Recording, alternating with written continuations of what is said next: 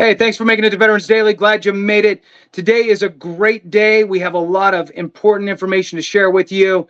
And again, this is going to be a long form dialogue format, going back and forth for you to uncover and decipher some of those crazy questions that we all have with regard to VA benefits. So I'm happy that we're doing this today. We'll break it down into bite-sized nuggets for you later as well. And just as a disclaimer, again, sometimes we're going to run down little rabbit holes just because it's the nature of the beast. It's so nuanced, all of this stuff, that you can run around in circles all day long. So we are happy to bring it to you. And please hit the thumbs up, subscribe, share with a friend. Those are all really important actions that you can do to help us get the word out to more of us, to eliminate the I wish I would have knowns. So with that, I want to pass it over to you, Clay. Let us know what we're going to be talking about today, and we'll jump into it. Yeah, so today's topic is all about the when. When should I file my VA claim? There's pretty much three categories that I like to break it down. There's the BDD category, which is for active service members. There's 1 year after leaving service, which is critical. And then you have basically everyone else that we fall into and most veterans fall into.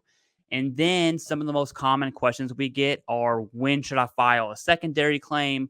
When is my claim going to be finished? And so we'll cover all that. And lastly, when is it too late to file a VA claim? So with that, starting with BDDs, Jason, I'll go ahead and start this one off of.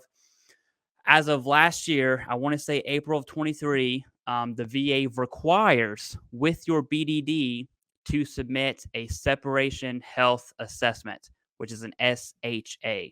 So ideally, or what's supposed to happen is your Marine Corps, your Army, Air Force, whatever, you're supposed to have an exit exam for like a exit health exam, exactly how you have for MEPS. You go to MEPS, you have an entrance exam, you leave the military, you have an exit exam. We all know with the military life, a lot of people didn't get exit exams. So now with a BDD, as of last year, they've required you to have a separation health assessment. Now, the good news is the VA has their own form, and you could literally fill it out yourself if you want to. I don't recommend that. I always recommend you do fill it out and then go to your separation health exam from the military, because then you got two. Okay. But with that, that's just a new standard, but within the year. From there, Jason, go ahead and take off with BDD claims. Your 2 cents on what veterans should do. Is there anything they should avoid, or whatever track you want to go down? Sure. So when we talk about VA disability claims, compensation, money in your pocket, healthcare for life, all of that stuff, if any of us could have the opportunity to pick a point in time to go back to set ourselves up for success, it would be during service. Okay. That is where the BDD claim starts. Now, I'm going to talk about the BDD, which is great. It's benefits delivery discharge. That's great. But really, the most important piece of this conversation for that transitioning service member, whether you're retiring or just discharging from the military, the most important piece about this conversation is, look, you're still in. That means that anything that you get diagnosed for while you're in service, as long as it's chronic in nature or has some sort of residual effects, is pretty much guaranteed to be service connected. So the migraines that you've been taking Motrin from the medic or the corpsman for the last 5 years, go get diagnosed for those, right? Don't self-diagnose. Go to an actual doctor, take the time. Same thing with your GERD, gastroesophageal reflux disease, your bad heartburn, right? The list goes on, is the point that I'm trying to make here. So your bad ankle, I twisted it 4 times, it blew up like this, I never told anybody, it still hurts, right? Or when I do push-ups, it's really kind of jacks me up over here. Go get seen for all of that stuff. Get it annotated, get diagnosed, get prescriptions, whatever. You're at the tail end of your service. You're at the point to where you're like, I don't really care what people think anymore if I go. Because the before that is, I don't want to go because I don't want to have all the ramifications, right? So, and we've all had that feeling. And Now you're at the point to where you can start missing some formations because you have to go over here to check in and you're out processing and this and that. And oh, by the way, it doesn't matter if you do it on, I'm getting out tomorrow. Tomorrow is my day. But today I'm going to the doctor for this condition. That's in your window of service. So take advantage of that time. That's what I just really want to hammer that point home, Clay, because it is so vital. And honestly, if I had to tell somebody you have to pick one or two things, one of two things, if you had to pick, file your BDD claim or go get diagnosed for everything that you possibly can and make sure you get everything annotated, I would pick that rather than file the BDD claim if you had to pick one of the other. Mm-hmm. Ideal situation, you're going to do both. So knowing that you can now file a claim, benefits delivery of discharge, between 6 months and 3 months from your actual discharge date, not your terminal leave, your actual I'm out of the military date, whether it's retirement or just regular discharge ETS, 3 to 6 month window. Okay. You can file your claim. Obviously, the sooner you do it, the better. So try to do it at the 6 month mark. That allows the VA to work in tandem as you're out processing to work your claim. And ideally, okay, it's a little deceiving. Benefits delivery of discharge sounds like the next day I'm service connected. Not really true. They're not that good. But usually it's within 3 months or so of your exit date. I've seen it take over a year actually. But this was a guy who retired and he had 80 something conditions that he just swore he had to file for all 80. Okay, well, I don't think we need all 80, but let's do it. So it really depends on how robust your claim is and how difficult it is. But on average, I would say probably a 2 to 3 month window after your discharge that the VA should, if you filed it at 6 months prior, you should be able to get some sort of a decision. And then at that point, you'll get back pay. To your exit date, well, the day after your exit date, you'll get your back pay. So that's a really important aspect. But remember, just because you're filing it in that window of opportunity, benefits delivery at discharge, doesn't give you any other special access. Mm-hmm. It doesn't mean you'd have to file less paperwork. It doesn't mean you don't have to prove stuff. You still have to fill in the blanks and provide evidence for your conditions, whatever they are. That's why it's so important to get diagnosed while you are in service. All right, I talked a lot, Clay. I just really wanted to hammer home on how important it was to actually get diagnosed while you're in, because that is the most golden opportunity. So anybody who watches this, hopefully, if they're still in, they pick that piece up. Kick it back to you to wrap up BDD, so that way I don't have to just keep blabbing. Yeah, so for BDDs, the number one question I always see veterans ask, and I used to teach TAPS Plus, which is Transition Assistance Program, on Fort Belvoir, which was in addition to TAP. So generally speaking, the service members that went to TAP Plus, they were eager to, we're forced to go to TAP. It's an option to go to TAP Plus. But the number one question I saw in that class was, how do I know what to claim? And so that's a very difficult question to answer. And how I've broken it down, at least for my frame of mind, is I want you to think, if you're in service right now and you're asking yourself, what should I claim? Think head to toe. Seriously, think about your brain. Are there any TBIs? Are there migraines? Mental health? Then go down. What about your eye conditions, your ears, tinnitus, hearing loss, vertigo, your nose, broken nose, deviated septum, sinusitis, rhinitis? You get the point. All the way down, your shoulders, your chest, your abdomen area, your back, your hips, your legs, knees, ankles, feet, everything you can think of. Say, hey, what hurts? Now, I do like how, Jason, you brought up that the requirement doesn't change. You still have to have an evidence-based claim for it to be service connected, and that's just that. It's a lot easier. It's relatively easier in a BDD claim. But with that, you're on training exercise, whatever, you fell down and scraped your knee, that's not a chronic condition, right? Knee strain is borderline, but if you have like missing cartilage, things like that. So you want that diagnosis. I'm completely on board with getting a diagnosis. And there's some pluses to doing a BDD claim. One, probably the biggest plus would be when you go to your C&P exam, everyone else, like myself and Jason, if we had a C&P exam and we wanted to see the results, we'd have to go to our regional office, put in a request, or hopefully our VSO isn't tied down too much to where they can speak to us about our C&P exam results. C&P exam results for active duty service members goes into Genesis, which is basically the new TRICARE Online. I was out when Genesis came out, but I know you can log in and see your C&P exam results. No one else can do that. And that's a huge plus, especially if you're looking at some shaky claims.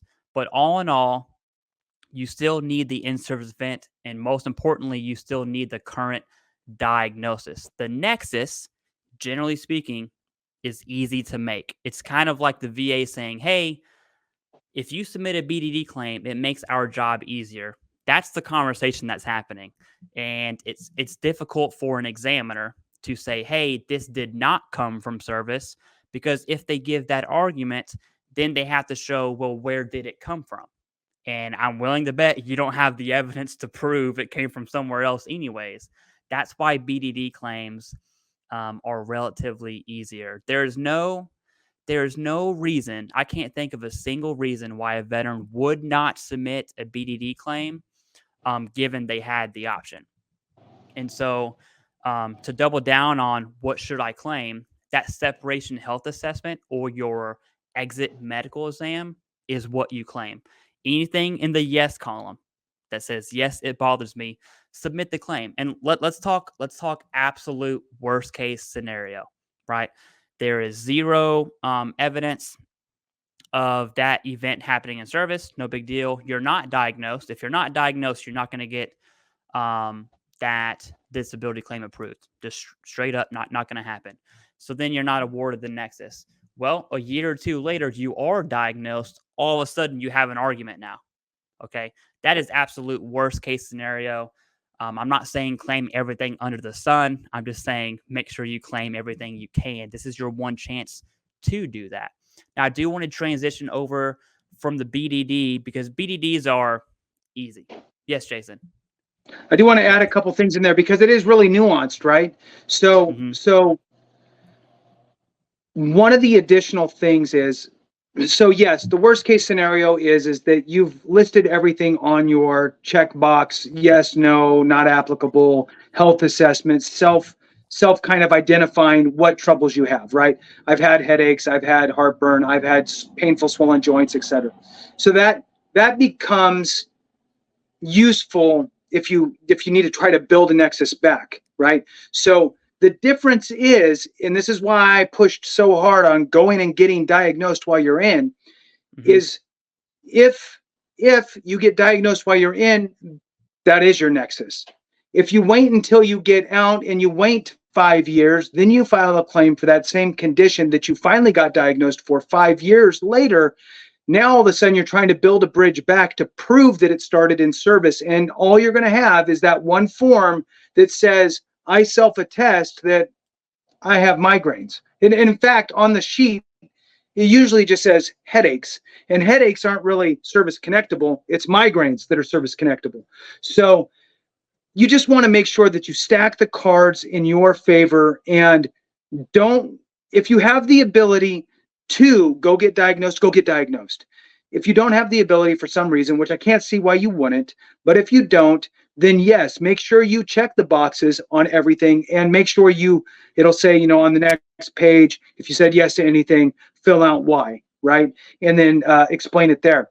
The other nuancy thing is the longer you serve means the older you are. The older you are, there's more things going on with you, but here's the problem. The veteran or military service member who's been in for 25 years, getting ready to get out, goes, well, of course my back hurts. I'm 25 years older than when I came in. That's normal.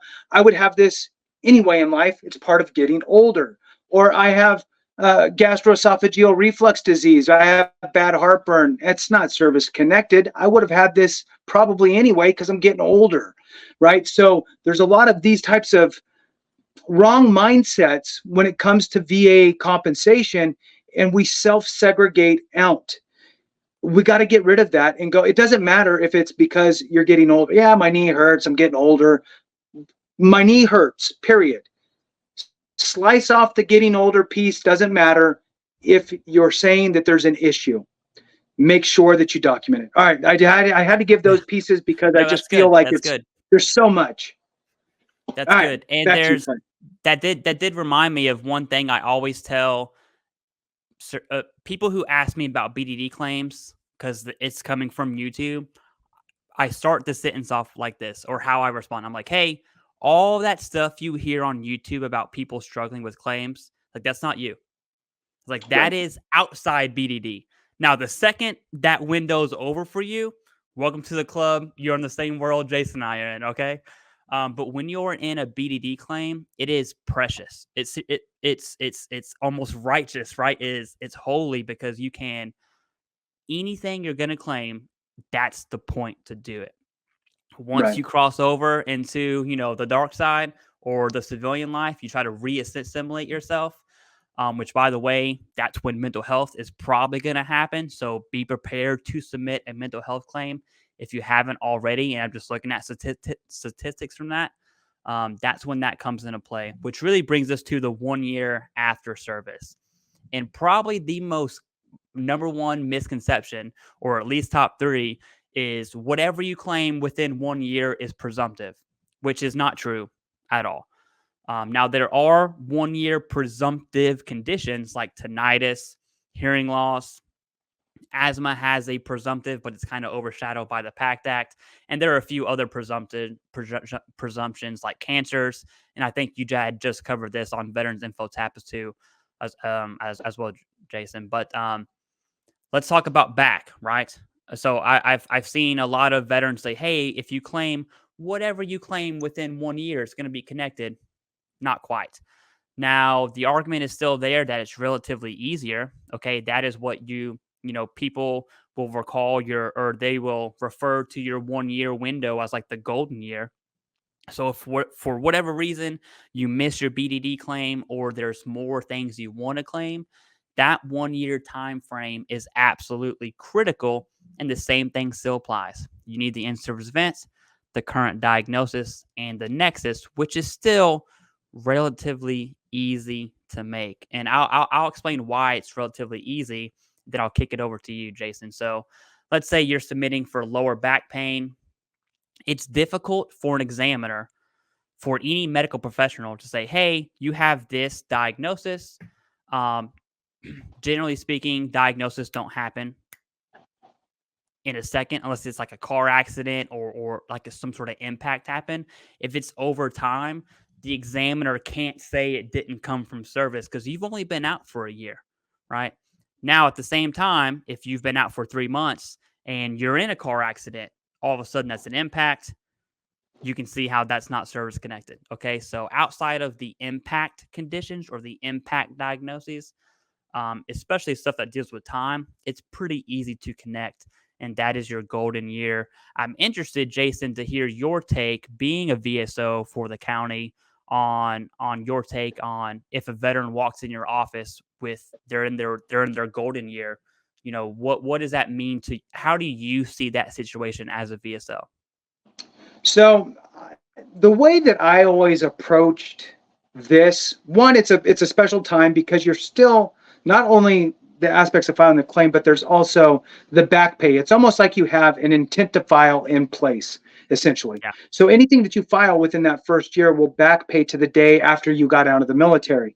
So you have that in place too. So it's just kind of another extra special thing that's in place for you. So if you showed up 8 months after you got out, well, you have 8 months worth of back pay already in the bank if we file your claim within the 12-month period. And yes, you're right. There's a presumptive period, meaning that it removes the need for the nexus for a good handful of conditions. There are probably like 40 conditions or something listed in the Title 38 under the 3.309 alpha. It's a list. And for the most part, it's going to be things that are more disease type stuff, those types of ailments, not physical injuries. So like the car analogy is pretty good, right? Like you're not going to get in a car accident 6 months after I got out and go, oh yeah, man, my neck's really bad, bad, it was probably from the car accident. Sorry. So they don't open that window up for you for that. My suggestion is it's twofold as far as like what to file within that 1 year period. One, absolutely, you must file. Like we have to file within 1 year for everything that you want to file for. Yes. Some of those things might get Nexus or get the presumptive designation, so you don't need to prove the Nexus. However, I'm a fan of overdoing it. So I'm a fan of, look, take this literature talking about 1 year presumptives and some of the language here from the VA's website to your doctor, show them, let them write you a Nexus letter with a little more comfort, right? That the VA does kind of allow this. So you give them something to kind of work with. And add a Nexus letter. Why not, right? Now all of a sudden you are providing a Nexus.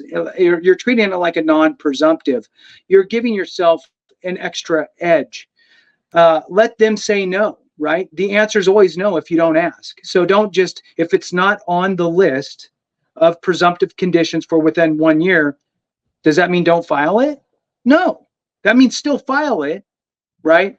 And let's just get you a Nexus. If it is on the list and it requires, and it doesn't require a Nexus because it's a presumptive, and you've already been to the doctor and you have all this information and the doctor wrote you a letter, cool, I'm going to supply that too. Why not? The end goal is to try to get you service connected at the highest percentage that we possibly can. So evidence that's for you, and we've talked about this before, Clay, it's either for you or against you. So every extra piece of evidence that you supply for you is going to combat anything against you. So I've always kind of been that way, that, look, if your doctor's, oh, it's been my family's forever doctor, right? And super nice, great people, blah, blah, blah. They'll write me 40,000 letters if I want, great. Let's just do it. Right. So it's kind of circumstance. And again, at the end of the day, my viewpoint is file for everything. If they deny you, well, now you got more time to work on it, because now we get to turn around and work a supplemental if we need to. Right. Yeah. So even if it's not on the list, I would throw it in there with or without Nexus information within the 1 year period, because again, you're preserving that effective date. And potentially, effective dates are kind of funny because it could be based on your diagnosis, that type of stuff, depending on all. So there's some nuance again there. But for the most part, my rule of thumb, just to put it in a little capsule here, is submit everything that you want to file for within the time frame allotted, in this case a 1 year period. If it's not on the list, I'm still filing for it with or without evidence. And then if they deny it, then I'm going to work beyond that with a supplemental claim. I mean, that's really but it's also setting expectations. So as a VSO, it's setting the expectation to the veteran that, hey, look, there's a chance that one's going to get denied, but these other two that are on the presumptive list, you're golden, right? Mm-hmm. You have hypertension, you have proof that you were taking medication beforehand, you're good to go. That's on the list, and you can fight that all day long because it's directly there. So that would be kind of my take on it, Clay. Oh, yeah. And one thing I do want to hit on, because we are obviously focused on VA disability, but for those service members, or you're still within that close window of transitioning, VA disability is one little piece of the pie. I would recommend, one, if anyone getting out of the military, is have a plan. That's probably the number one recommendation, right?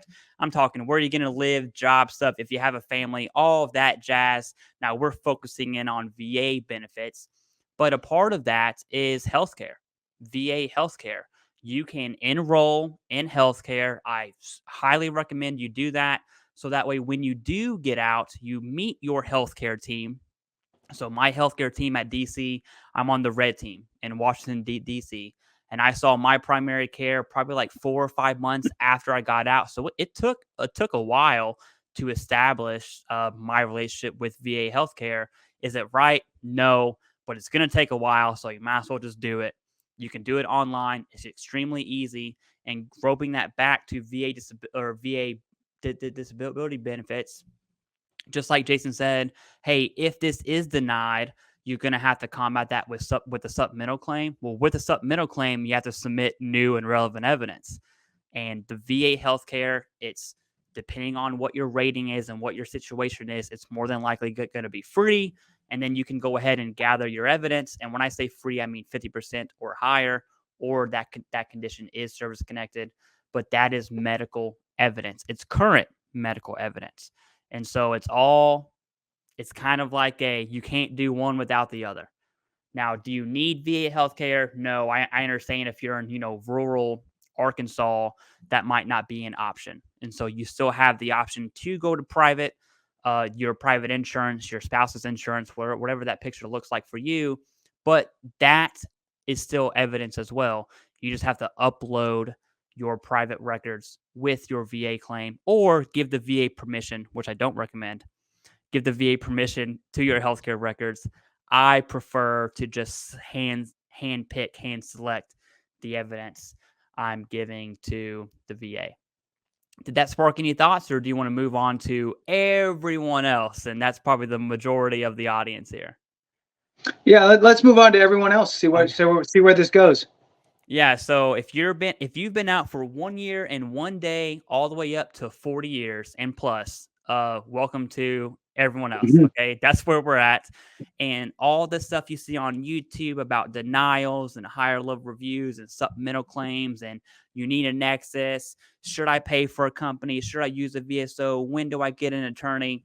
That's where we're at. All right, welcome to the world. If you don't know, you're already there. And this, in my opinion, is when an evidence-based claim really comes into play. The longer, this is my opinion, you're not going to find this in 38 CFR, but the longer you've been out, the more necessary that evidence-based claim becomes. And so the issue is, okay, well, I don't have an in-service event, which is one of the big three. In-service event, current diagnosis. Current diagnosis, relatively speaking, is easy to get, assuming you have the condition, right? Go talk to your healthcare team, get some medication. The VA will give you a treatment code. They're not going to give you a formal diagnosis, but that's the same for VA rating purposes. That's generally easy. What about the in-service event? That is the hurdle that most veterans find themselves jumping over. So my question to you, Jason, and it is definitely open-ended. There's many, many right answers and many, many wrong answers. But if a veteran has absolutely zero medical evidence, how would a veteran prove the in-service event, which is needed? That time in service, that in-service event is needed for every single claim, every single initial claim. What is your advice to build that evidence that's other than medical? So I'm going to start off with, I hate the words in-service event so much.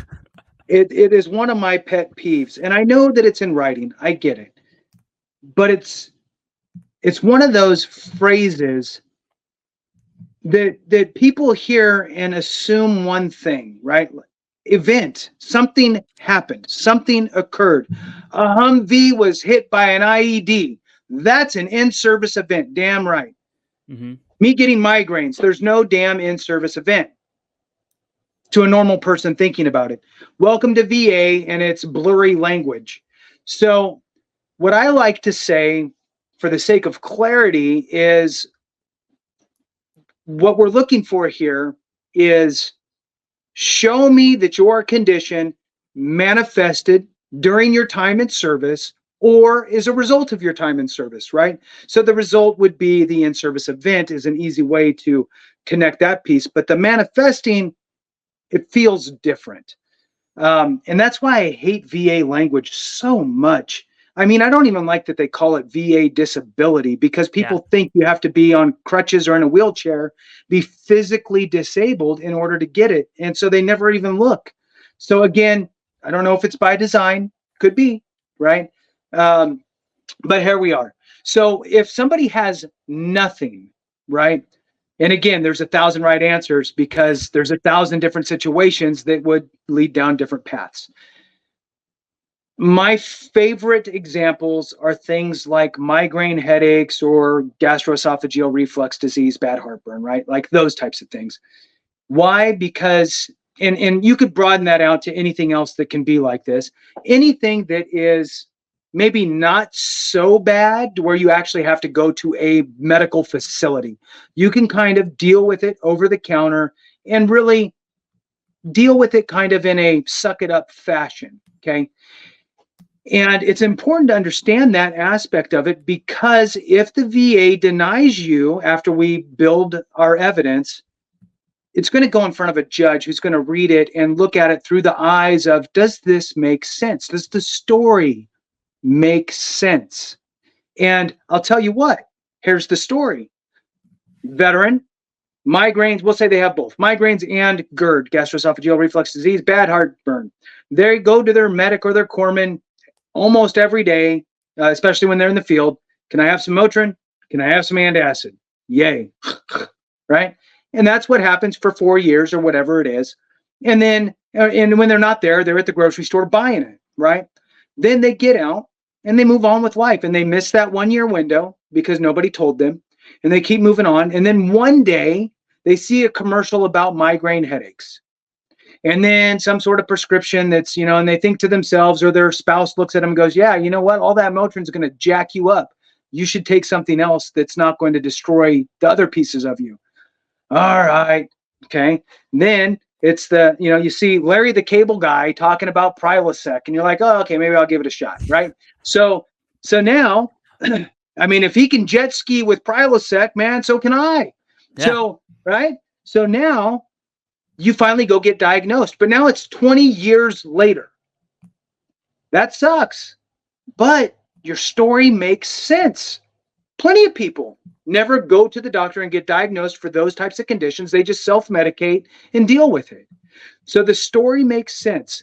So now you have to write down your story, and you're going to do that on the 4138 form. You're going to fill out your story about, got it from my medic corpsman, lived with it ever since I was in, blah, blah, blah, right? And you write it out and buy it from the grocery store, kept dealing with it. You know, my wife kicked me in the butt and told me that I had to go to the doctor 20 years later because my, you know, whatever, my kidneys were going to fall out, and my esophagus was going to deteriorate, and so on. So that's in your story. Now there's another form. I can't remember it off the top of my head. Maybe you remember the number, but it's for your witnesses. People who can attest to knowing that you suffered with X during your time in service. Now, it can be what we call buddy statements, people you served with, right? Who can be like, oh, yeah, he was always, you know, eating mouthfuls of whatever. You can also have your spouse, if you were married at the time, or your significant other, or family members that knew you, like, you know, hey, when you, sorry, it's feeling a little blue. So when you went home on leave, and all of a sudden you're just popping, you know, Motrin and Tums, you know, maybe your mother or your father commented on it. Have them write a letter, right? Yeah, when he left, he never did that. And now he's here, and now he's doing that. Those letters will go a long way. It's called lay evidence, and it will help you when you get to the point, especially if you have to go to an appeal. Lastly, Clay, and then I'll pass it back to you, is the Nexus Letter, which a lot of us talk about. Nexus Letter is helping you to prove the nexus, okay? Nexus and Nexus Letter are two different things. The Nexus Letter helps you identify the nexus, the cause, the link between, whatever you want to call it. So your doctor writes you a letter describing your relationship, and that they've treated you for X, you're on prescription Y, and that in their opinion, because of blah, blah, blah, that it's at least likely is not that your condition, that's the minimum threshold, at least likely is not. It'd be good if you can get them to say more than likely, if they will. If they're reluctant, then say, you know, well, coin flip it, at least as likely. And have them write that it's at least as likely to have manifested during your time in service in these two examples that I gave you, Clay. And then I would submit all of that stuff together to get a successful service connection. The VA may screw it up. They might, you know, they may deny you, but I would feel very confident with your chances through the board. Back to you. Yeah, that is almost it's weirdly almost exactly what I was gonna say. And I'll double down on it, and I want everyone to know that this is completely my opinion. Okay, but I'm known to just be real. I'm just gonna keep it straight up with you. If you don't have medical evidence in service and you are relying on statements, either a personal statement, which is the 4138, and then the lay statement, which is a 10210 or 10210, um, the reality is you are fighting an uphill battle, and that's important to know because I don't want you to get your hopes up and then be denied because you're probably going to be denied. And there's a few reasons to that. One, CMP examiners are medical professionals. They are required to look at the evidence the VA sends them, knowing that it's not there. They're going to see it's not there, and they're not going to recommend the Nexus 9 out of 10 times. Okay, and we're talking about no evidence here. Um, and I would double down on what you said, and this might be more aggressive, but I would argue that statements come into play in appeals more than any other time, specifically at the board. Higher level review, sure. You don't really I've rarely seen a higher level review be in favor of service connection. It's generally in favor of an increase that wasn't increased. Supplemental claim, if you don't have the evidence, you're just going to be denied again, probably, because you have to have new and relevant evidence. If you don't have the in-service events, how are you going to produce the in-service event or the time in service or the condition that manifested in service, right? And so that's really where you'll see veterans go to the board. I'm not saying go to the board immediately. What I'm saying is you have to have some type of in-service event per the criteria of the VA. And so what does that look like? And I like how you mentioned your story has to make sense. So I know someone's going to see this and is basically like, well, I can make up a statement and whatever I want. It's like, no, the VA, believe it or not, the VA is not stupid, right? And the judges that you go see aren't stupid. Okay, that's an understatement. But if your story makes sense and you have the duties and responsibilities of like a hardship MOS or an environment that you are in, and you have personal statements and lay statements, in a perfect scenario, in the one you gave, if you had a lay statement from the corpsman that gave you that over the counter medication, all of a sudden that Super one lay solid. statement really, really elevates that claim. Now, it's 20 years ago, or do you even remember the corpsman's name? Probably not. So I understand where that might be difficult. But like when I say it's an uphill battle, that's the mindset you have to have. Now you have medical evidence, easy peasy. You're going to win that majority of the time. And that gets into competing evidence. But if you don't have evidence, you really need to do the work. And if you don't, you'll be denied, and you can complain about it. That's okay. But if you do the work, I would prepare to fight in appeals. That's not necessarily that I'm recommending you hire a lawyer, but you might want to consider it. Maybe it depends on your situation. But that it's a tough pill to swallow, and I get everyone wants to say, hey, you're going to win that claim no matter what. There's no way in the world I would ever tell a veteran without medical evidence from service that they are guaranteed going to win a claim. And the last thing I want to bring up is the Nexus as well. Yes, go ahead. Well, one more thing. When it comes to, and again, because it's so nuanced, right? It really depends on the condition. Yeah. Look for studies, right? Type in Google search different studies that maybe universities have done on specific likelihoods of, veterans versus non-veterans coming down with certain ailments, those types of things. All of that stuff can be used as evidence in your favor. Anything you can do to get that needle to just click a little bit further, a little bit further, a little bit further, a little bit further, in the event that, look, again, Clay's talking about zero evidence in your file. Right? Zero, nothing. There's nothing in your nothing. And when I'm hearing nothing from you, Clay, I'm going, my MOS can't even be a factor in this one. Yeah. That's a true zero, right? Like just true zero, nothing you can hang your hat on. Just simply the fact you served in this time frame, That's all you have. I served from here to here, period. So veteran status is the only thing that you can work with. So also, again, take whatever ailments you have, throw in university, study, whatever condition, veteran, and see if some sort of study, you never know. There could be a study that shows up that says, hey, veterans are, 2 times more likely to have X. Perfect. That's going to help my doctor write that Nexus letter with some rationale. That's going to be additional evidence for the board to look at, because guess what? They're looking at the evidence and they're looking at law. And if they feel as though the evidence is equal, they're ruling in your favor. It's just going to be a long road to get there, and, some heartache along the way.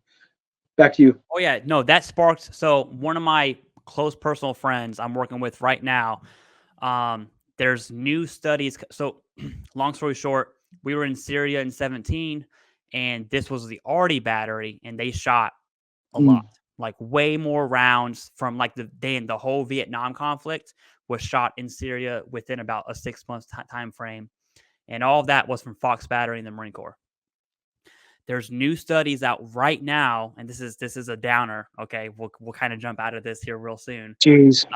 Tons Can't of take you those, anywhere. Yeah, tons of our peers are committing suicide at an alarming rate, like way higher than the average rate within that small group.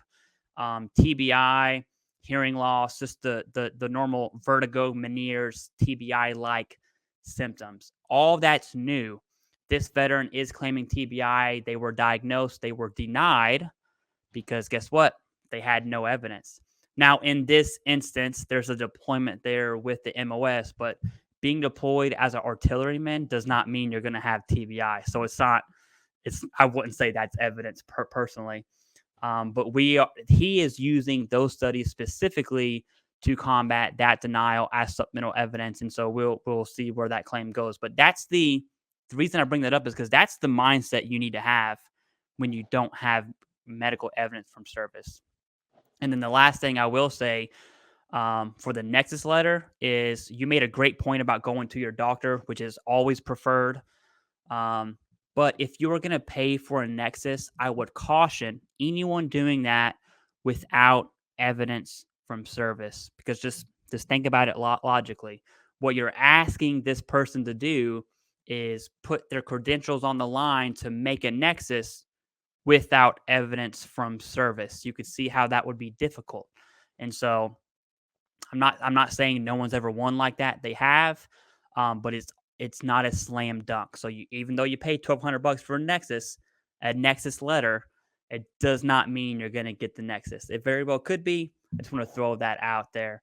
But yeah, unless you have anything else, Jason, we can go on to when's my claim going to be complete? This one's pretty short, right? Because there's not a single person on this planet, the VA secretary himself, your VSO, the regional office, Vera, the rater doing your claim, none of them can tell you when your claim will be finished. That is the number one question I see across all social media platforms is when's my claim going to be finished? And then someone will say, well, my claim was finished last week and my claim this and my claim that. And which, hey, that's great. I'm glad for you. But VA claims are extremely unique. There's no two claims that are the same. Jason and I right now can submit the same claim. We could live right next door to each other, and his might come back in 3 months. Mine might come back in 6 months, right? There's a billion factors that go into that, but I just want to throw that out there, Jason. Is there advice that you would tell someone if they're checking their app every day, looking at, oh, there's no movement on my claim? Next day, oh, there's no movement on my claim. The VA sucks, It's the longest time period, right? From the time you file your claim to the time it's decided is the absolute longest time frame you will endure. It's horrible. It's like being on deployment. I mean, it's just you're waning and waning and waning. So what the VA says on their website is, how long does it take VA to make a decision? 158.4 days. There's a lot of claims in there that come up with that average. So that you could basically go anywhere between 3 months to a year. In fact, we used to joke about this because it is a question that you get, and we were going to get a little tablet, right, like a little iPad or whatever, and check the status of your claim, right, and type in your name, right, and hit the button, and it was just going to pop up a screen that said in process. Yeah. That's it, right? What's the status of your claim? In process, right? Just because it is until it's not. The only thing you could do is, in my opinion, is no. The part of the reason we get so wrapped around the axle, in my belief, on hey, when's it going to get processed, is partially because we're wondering if we're going to get approved or not. Am I going to get service connected or not?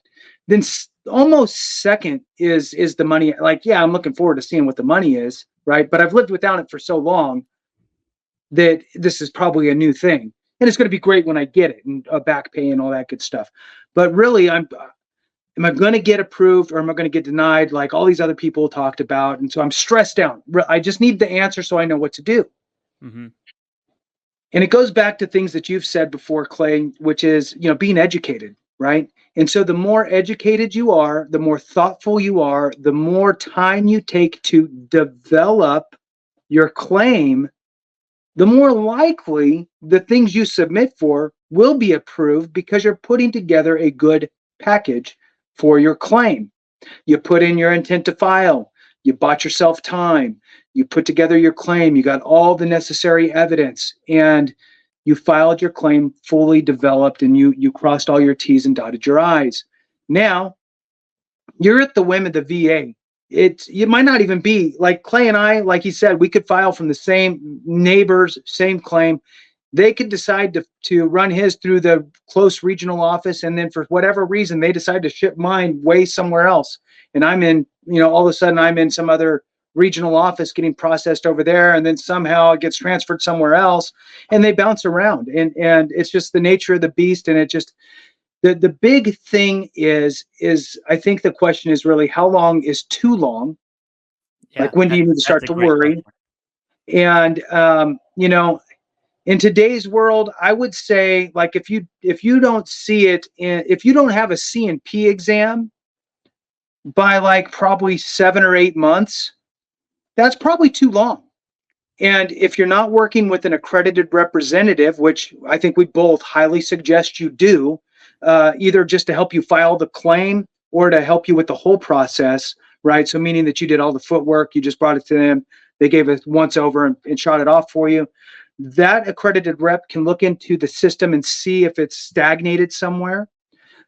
If you're not working with one and you filed it on your own because it's not, it wasn't rocket science for you, you figured it out, you understand, and you did it online or whatever, and you're in there and you're tracking your claim and there's been no movement, or you haven't had a C&P exam scheduled, I would either call the VA directly, ask them, see what they say. If they give you a sufficient answer, cool. If not, contact your congressional representative's district office. They have somebody who handles Veterans Affairs. Mm-hmm. Talk to the person that handles the Veterans Affairs. They have contacts at the VA, and they will touch the VA and just be like, hey, look, just want to check the status on this one. Apparently there hasn't been any real movement. They haven't seen anything move. There's been no C&P exam scheduled for 8 months. Just want to check in on it. And that might get it unstuck, if for lack of a better word. Sometimes weird things happen at the VA, and you need to know how to deal with it. Don't wait 2 years going, I filed my claim 2 years ago and I haven't even had a C&P yet. Boy, they're really backed up. No, that's way too long. You needed to talk to somebody way before that. Your thoughts? No, I love that follow-on question. I will add, and I have zero experience with this, but there is a VA White House hotline, and the only data I'm going off is what I've seen on the internet and veterans' comments about it. So that's a grain of salt, but apparently it's really good.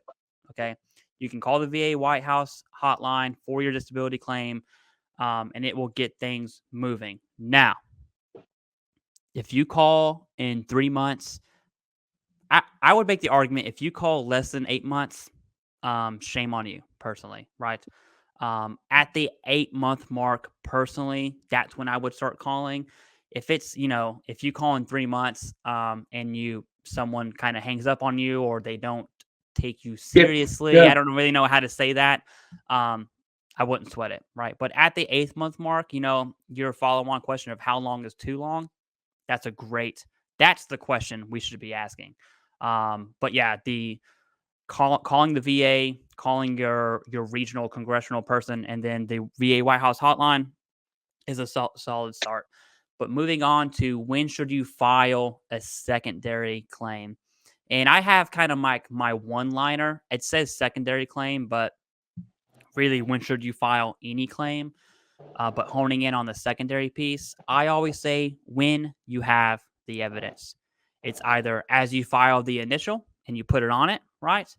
Or you don't have the evidence, no big deal, right? No big deal. You don't have the evidence. You have your intent to file date.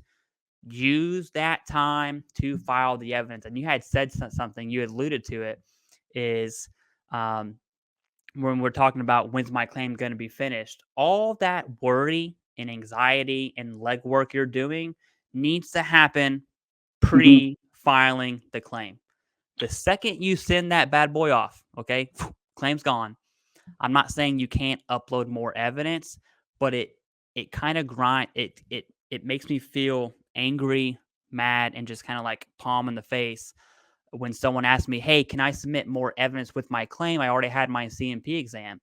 I'm just like, "Why didn't you submit it before?" Like, "Oh, well, I just submitted it. I did intent to file and I submitted it the same day, and I knew the claim wasn't ready." I'm just like, man, you're setting yourself up for disaster. That's basically you saying, "Hey, I'm going to prepare a supplemental claim." Whenever you do that, that's what you communicate to the VA. Um, Now, of course, that's my personal opinion. You can upload evidence whenever you want. I prefer veterans gather the evidence, you have the intent to file, and then you submit the claim when you have the evidence. That's my answer. And it always gets to, well, what if I waited a whole year and then I'm up to that date?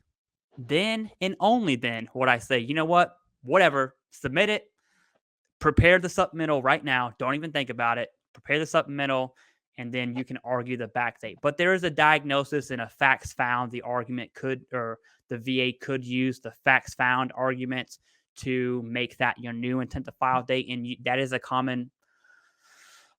It's a common practice that you will see with the VA, but if that's what happened, that's what happened, right? But Jason, I definitely want to hear your take on when do you file a secondary? Is it after one appointment, 3 appointments? What does that look like? Go ahead. You file it before your intent to files up, Yeah. right? So back to your point, right? You want to do anything you can do to try again to stack the cards in your favor when it comes to effective dates. Let the VA say no, right? Don't let no be because you screwed something up. So what Clay's talking about is in some cases, you may have an effective date over here, provided that you had a diagnosis and everything else and all that stuff was lined up here. They might not, they might honor that, but if you waited until way over here to do that, they might go, well, you didn't even have that condition over here. So how can we pay you for it over here if you didn't even have it yet? So we might just start from here, your diagnosis date, right? In some cases, you can still argue to get it back. But anyway, you want to just leverage what you can with regard to effective dates and let the VA say no for whatever rules they have with regard to what came first, the chicken or the egg.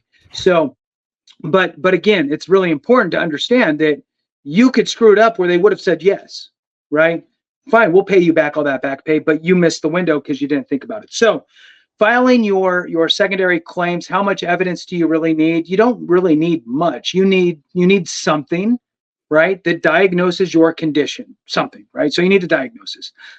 In my opinion, and I don't think I've really said this much here together. So I'm going to say it now. If a doctor wants to prescribe you medication for your illness condition, Say yes, I will take that prescription. Whether you physically take it or not is on you, right? You can decide if you want to eat, right? So you can have that sack at home and you can either eat all those pills or not, right? If you want to eat tan bark and rabbit droppings as some sort of a medicinal concoction, cool. I don't care. Do you? My wife is super she's mad I take Motrin. So everybody, I get it. Look, everybody's in a different wheelhouse as far as that's concerned. The bottom line is that a doctor prescribing you medication, in some cases, not all, will warrant a higher rating simply because of a medication prescription. Now, sorry for the blueness. So the other piece is the way I look at prescriptions is they help to validate or they double down the fact that you have that condition, because no doctor is going to prescribe you X for that if you don't have that. So it's just another piece, again, of evidence that rules in your favor. So for secondaries, you have your secondary condition diagnosed. If you have a prescription, you have a prescription. Go fill it at Safeway or whatever, and anywhere you go, right? And get that little receipt that says what it is with your name on it. Bam, that's another piece of evidence. You're going to need to, this is the most important piece of evidence, or not the most important, it's equally important. So being diagnosed for a secondary condition is vitally important. You can't submit it without it.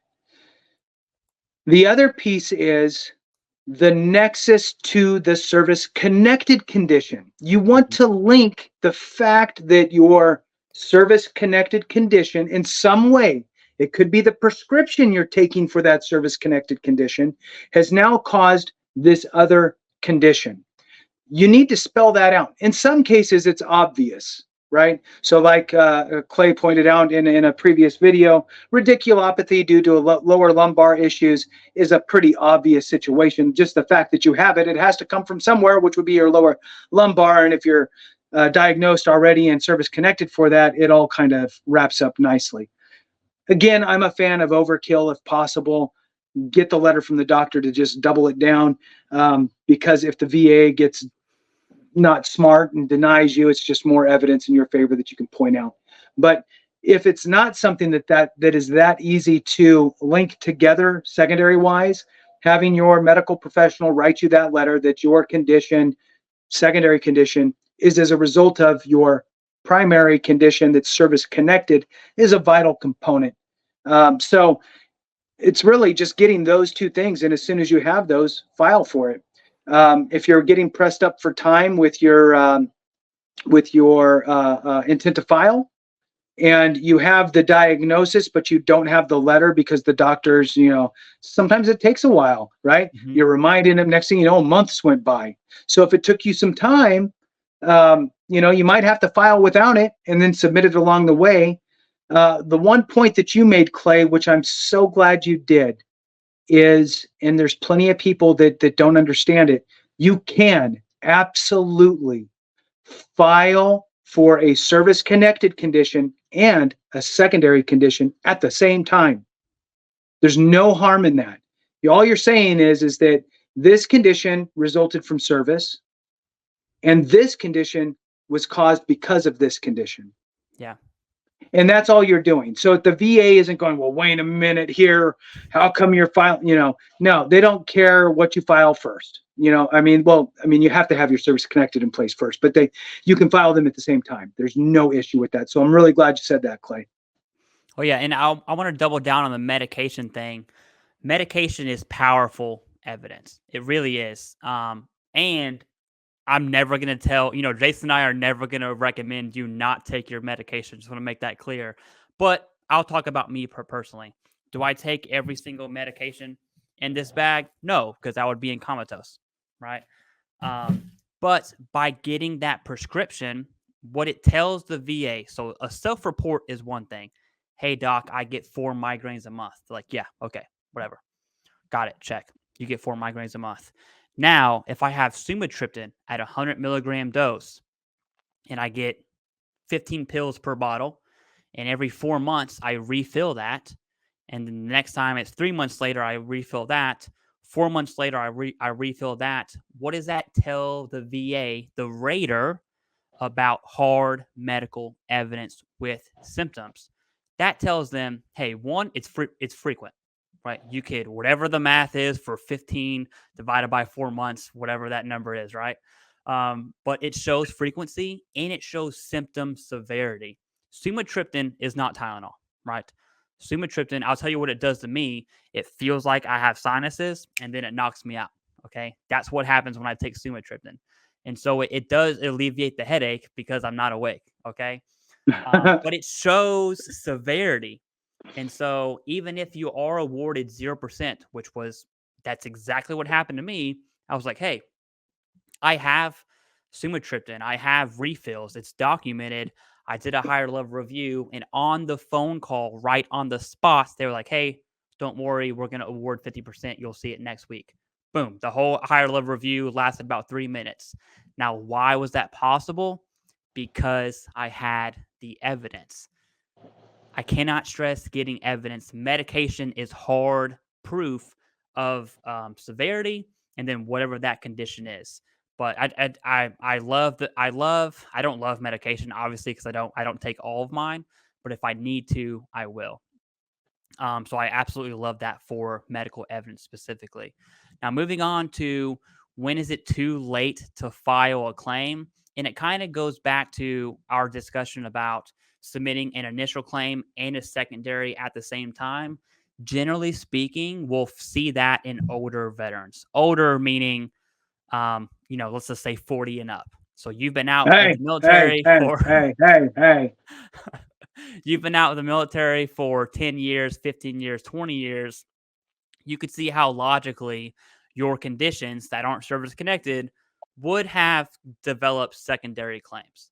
Okay. So hypothetically, I'm not saying do this, but hypothetically, you could file for whatever and have 5 secondaries based off that. Now, you're going to want evidence for all 5 of those. I just want to be upfront for that. But the answer is, when is it too late to file a claim? The answer is when you die. When you die is when it's too late to file a claim.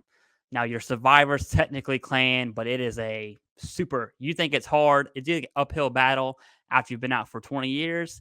It is a almost vertical incline for your survivors to file claims after the veteran's death. So if not for you, do it for them. Jason, what is your 2 cents on when is it too late to file a claim? Or not really too late, but what is different about a veteran filing a claim that's waited 40 years? What is the difference between that BDD claim, that 1-year mark, and that I've been out, I'm 65 years old, my retirement sucks, now I need some VA disability? Because that is the number one audience that submits VA claims. Right. I'll tell you that the number one thing is regret. Damn, I wish I would have done this earlier. Mm-hmm. That's what you hear. So look, anything in this is file your claim. Don't wait. Every single year that goes by is one more year that you're not. And, I've done many videos, Clay's done many videos on just the fact that you do rate. This is part of your benefits package, right? So there's a reason why you haven't filed for 20, 30, 40, 50 years. There's a reason why, and whatever that reason is, really needs to be re-examined, because these are called benefits for a reason. It's part of, I like to call it, your benefits package. Although it wasn't explained to you or any of us when we joined what our benefits package was, I would equate it to, you got on board with an amazing company that had, all these stock options and all this stuff. And they said, hey, look, you stick it out with us for 4 years, 5 years, 6, whatever. And if you do, and you're solid, we're going to give you all this stock. And then you'd finish up your time and you go, thanks, I had a great time working here. I got another offer somewhere else. I'm going to take off and leave. Well, hey, don't forget all those stock options, worth millions of dollars. Nah, don't worry about it. I don't need it. Right? Nobody would ever say that. But here we are, sitting on literally a potential of multi-millions of dollars. if you started receiving your benefits at 40 years old and you lived for another 40 years, right? 40 years at $60,000 tax free at 100%, right? That's $600,000 in 10 years. That's 1.2, that's 2.4 million plus free healthcare. Well, that's probably damn near the same, especially if you're getting surgeries and getting some major stuff done. So this is a huge, huge, huge benefit. And I wish that people would understand how life changing it really can be. Many people seek it at the very end when there's, they're looking for resources, right? Looking for home aid, looking for some sort of a convalescent living. Is there something that the VA could handle? So it's one of those sad situations. I've talked about the numbers before. There's about somewhere between 17 to 18 million veterans in the U.S. Less than 30% are utilizing VA compensation. So that means 70% of us are like, I don't rate it. I don't think I deserve it. Save it for somebody else, whatever. And that's not the case. It's part of your benefits package. So I know that wasn't directly answering your question, Clay, but I think that that's really what the problem is. The reality to folks, to answer Clay's question, it really is like he said, you can do it up until you die. There's not like, well, you're too old now, so really you don't get this. No, there's no disparate treatment on age. You could take as many bites of the VA apple as you like for the same condition even. Now, do they want you to file with the same evidence over and over again? No, it's that would be frowned upon. But if you provided something new each time, and you could file for the same condition and get denied 1,000 times if you wanted to, and keep adding new evidence, right? Now, ideally, you'll get approved at some point. But the point is that you can continue to file for conditions that maybe you were denied for before. If you feel like you found maybe a new document, a new study, or a better way to frame the nexus, or you found something in your service treatment records, file it again. Presumptives are a great thing, and I'm hoping that we'll have a couple minutes to talk about some new rules here on presumptives for some folks as well, Clay. Absolutely, yeah. So there's two stories that I want to tell that gets at when is it too late to file, and then we can absolutely go into some new VA news. Okay, new VA news, whatever. So first off, when I started doing work with Dale K. Graham, which is an accredited VSO out of Oklahoma, and they're trying to have a nationwide reach, kind of like the VFW, but they're small scale. There was a veteran there, World War II. So I started with them in 2022, maybe the beginning of 2023. And there was a World War II veteran getting VA disability compensation, right? And so if you're older than that guy, which I doubt, and he did it, you can do it, okay? The second story I want to tell is actually a coworker of mine. And the nuance thing within the Marine Corps, there's this thing called the old breed. Like each generation has their old breed. So my old breed was the 03, 04 Iraq veterans. So long story short, in 19 and 20, I got out. I met one of my coworkers. He was my old breed. And then we just had a conversation. Turns out he's not getting any VA compensation whatsoever. I was like, hey, well, did you ever go to medical? And luck of the draw, he went to medical, right? Which is rare. I was expecting him to say nothing, but he did go to medical. He had seriously all the medical evidence you could ever want in a claim. And I was like, dude, you need to file a claim. And so he filed his claim. And in his case, he had very, very strong medical evidence. You could just imagine 03, 04, 05 timeframe in Iraq, like Ramadi, Nasiriyah, all of those. He had the medical evidence. And he 100% in about 2.5 months. Boom, 0 to 100. And then I, after he got his claim, he was really happy. And I was like, hey, man, don't think about this, but I do want to tell you, and I probably ruined this whole day, but I was like, imagine the last 10 years, because he was out for over 10 years. Okay. It was actually 11 or 12, but I just did the math on my computer. If you take 3,500, right? So no dependents, no nothing. I'm just kind of doing 3,500 as a baseline, multiply that by 12, multiply that by 10 years. That's 420 grand. And it would have been much more than that. And that's non-taxable income, by the way. So that is a pure $420,000. And this dude has kids and his family. And so he could have used that. And it's just a good example because I know whenever we started, when is it too late? I kind of gravitated towards, 65, but this dude is 38, 39, and he thought it was too late to file. And he had the medical evidence, which is unheard of, right? And I was like, dude, come on, come with me. I got you. Don't worry about it. So I tell those just to say, hey, file your dang claim. Okay. Submit the evidence. Easy peasy. That's it. Jason, let's turn it over to you and talk about some VA news. All right. So I'm going to give you the guys the headline here. This is really, really big information coming from the VA that can affect veterans and spouses alike. I'm going to give just straight from the VA's mouth. This just came out in February, and but it's one of those. It's almost a public service announcement at this point to be prepared if this comes through as proposed, which I'm hoping it does sooner than later. I'm going to read a couple spots in here, and then I'm going to pass it to you, Clay, for your initial thoughts and reactions on this piece of news. So VA, and this again, I'm reading it directly from the VA's site here. VA moves to expand Agent Orange veterans benefits using authorities from the PACT Act. VA proposes rule to extend presumed areas of exposure to Agent Orange and make it easier for toxic exposed veterans to receive earned benefits and health care. The other piece I'm going to read is VA's new proposal would give expanded presumptive benefits to veterans who served in locations where Agent Orange was tested, used, or stored outside of Vietnam, including locations in Canada, India, and military locations in 12 United States states, including Montana, because this is from the senator's site. So they put in Montana because that's where he's from. So anyway, what are your thoughts on how big this is and how people might not be realizing how big this is? Yeah. So my initial thoughts.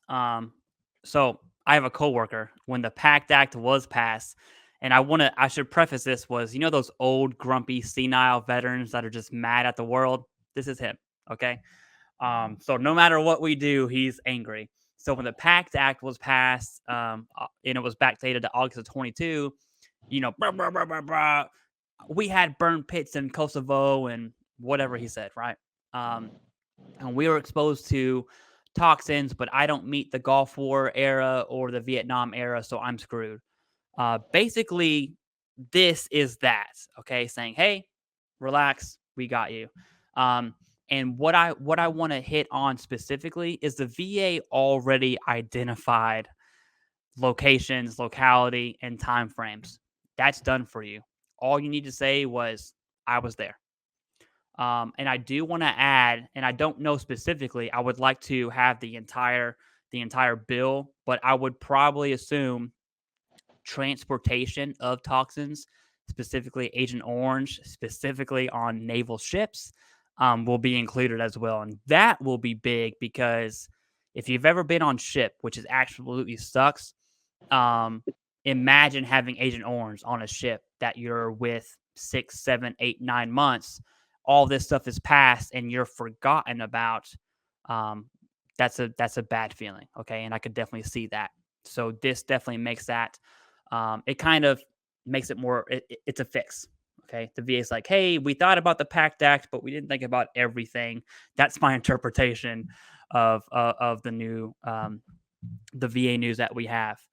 Other than that, Jason, that's really all I got on the VA news for the PACT Act. One more thing. Sure. I'm sorry. Yeah, go for it. Everyone says PACT Act, and I'm roping the PACT Act with this into one. Everyone thinks disability. The disability is kind of like a third of this legislation. The large part is healthcare. Okay, it's healthcare, predominantly centered towards the older generation of veterans. That piece is absolutely huge for those that have cancers and survivors, which I think Jason is going to hint towards here.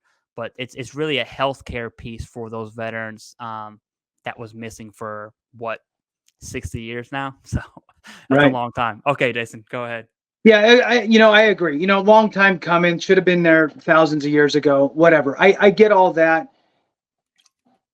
In a weird way, better late than never. I'm not going to say, well, then forget about it. Nobody gets it then, right?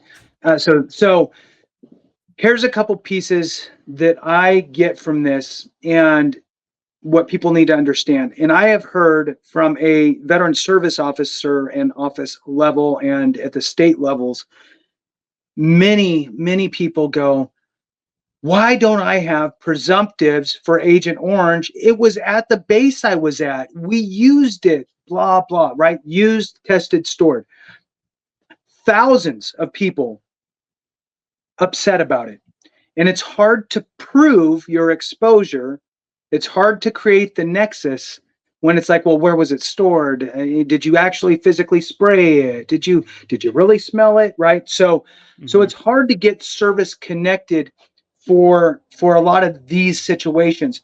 You're talking about locations in 12 different states throughout the US, locations in Canada, India. And what this is going to do now is any veteran who served in any one of these locations during these specified timeframes, which were gathered from DOD. DOD said, yep, we had Agent Orange at this spot, this spot, this spot, this spot, this time frame, this time frame, this time frame. So if you served in any of these locations, which it's a whole other video, then if you have any of the presumptive conditions for Agent Orange, you have, for example, high blood pressure. Now all of a sudden, you're service connected for high blood pressure, hypertension. Well, now guess what? Life is a conveyor belt. Someday you're going to pass away. And let's say you pass away from a heart attack. Well, guess what? Your surviving spouse, because they're educated, like Clay likes to say, knows, hey, when this death certificate's being completed, please include in there as a contributing cause to death, the heart attack, hypertension as a contributing cause. Please, thank you very much. Now you have the death certificate that says passed away, heart attack, primary cause of death, contributing cause of death, hypertension. Wonderful. File that for your dependency indemnity compensation, which, oh, by the way, pays out $1,600 and change per month as a base rate and will go all the way up to over $3,000 per month, depending on the different various add-ons. So this is not just big for thousands and thousands of veterans out there, but it's also big for probably even more surviving spouses, because some of these veterans may have already passed away. So, side note, veteran already passed away. This goes into law. Spouse can now file for dependency indemnity compensation, linking all these things together. Highly suggest working with an accredited veteran service officer, veteran service rep, veteran office, whatever, somebody who's accredited with the VA. But this is going to be a big deal, I believe, because it's really, there's a lot of folks that didn't go to Vietnam. There's a lot of folks that were in the US still. And guess what? They have a lot of the same conditions, which is the whole purpose, right? One of the other rules that, another great thing about the PACT Act, like you said, it's not just about adding presumptives. It gave the VA the ability to essentially determine what conditions should be listed as presumptive. So instead of farming it out to another organization to figure out if it should be presumptive or not, they can do it within their own, under their own roof. So that's why we were able to add conditions quicker in some cases. And this is part of that, being able to determine the whereabouts in conjunction with DOD, right? So those are saving, those kind of changes for the VA are making it a much quicker process to, I think, identify some shortfalls, right? Or shortcomings and correct those. So anyway, back to you for any final thoughts there, Clay. No, I like the shortfall example. It's kind of like, if I were to explain this news to my mom, I would say, hey, the VA passed a few things a few years ago. This is kind of like a Band-Aid fix. There were some shortfalls, and now we have this thing. That's it. That's like the Barney style version of what's going on. But with that, really just when it comes to filing your claim, be educated, be informed, submit evidence-based claims. And Jason had mentioned every year you wait. I would say every day you wait. Every single day that you wait, you being service connected gets harder and harder and harder. So just submit the claim. Right. Jason, that's all I got. Those are my last words. Go That's ahead and take perfect. this out. All right, man. Yeah, I can't really say much more than that. Just doubling down on there's never going to be the perfect time. Get your stuff together, get it all wrapped up, make sure you file it. Clay and I always suggest utilizing free resources that are out there for you, that are accredited with the VA for that second look. Always do your own homework. There's nothing better than being prepared and being able to do it yourself, but that second set of eyes can really help out a lot. So thanks so much for watching. We truly appreciate you. Thanks for all the subscriptions, the thumbs up, all that stuff, the watch time. We really appreciate each and every one of you. It's helping us to get the word out to more of us. Thanks so much. We'll see you next time.